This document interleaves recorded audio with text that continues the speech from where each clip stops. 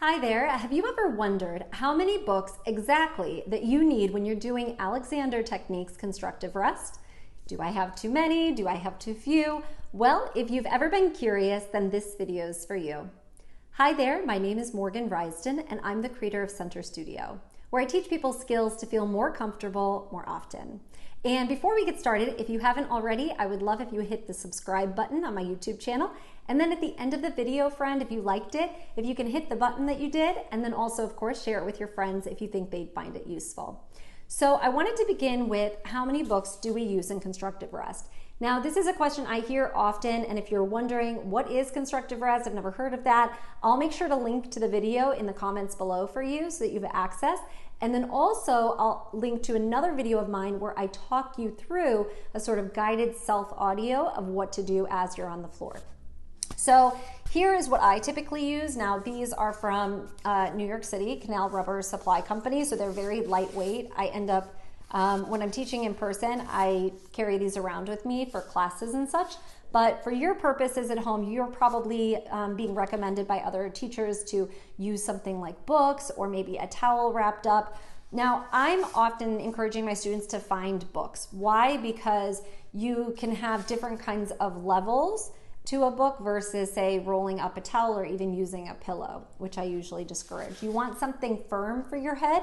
So I like different kinds of sizes. Why? Because as you're on the floor, friend, chances are what's comfortable at the beginning is not going to be comfortable 5 minutes in or even at the end.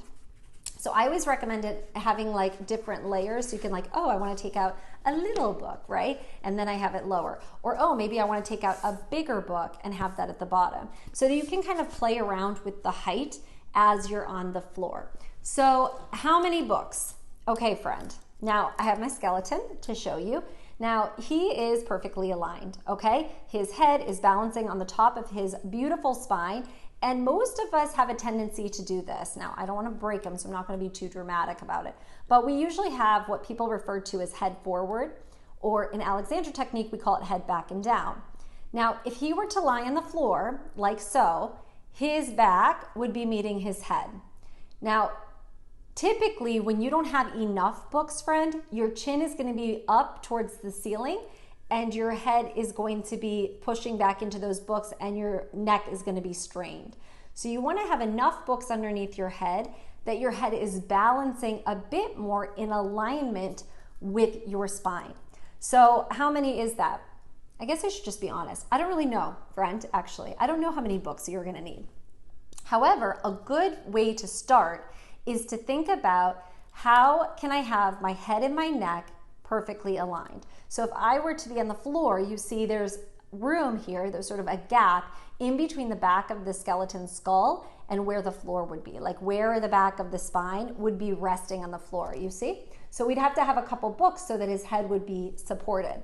Another way to test this out is if you go and stand next to a wall and you put your back on the wall, your head doesn't reach the wall, right?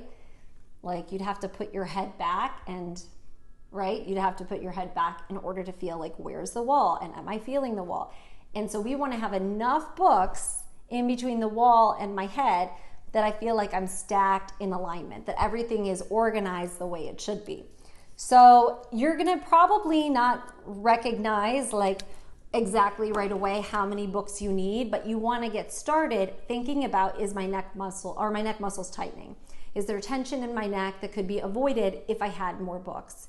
If we have to go on advice, I always suggest err on too many than too few. Okay, that's sort of like a staple that I always tell all my students, err on too many as opposed to too few, because you could always take out books, right? If you feel like, oh, my head is so far up, you can remove a book and say, okay, that feels a little bit more comfortable. And then give yourself permission to have it change. Because like I said at the beginning, what feels comfortable at the beginning of when you lie down might not be the same as when you're about to get up. So you really want to give yourself permission to change how many books you've got the longer that you're on the floor. Okay?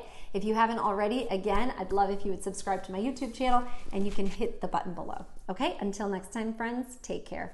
Ciao.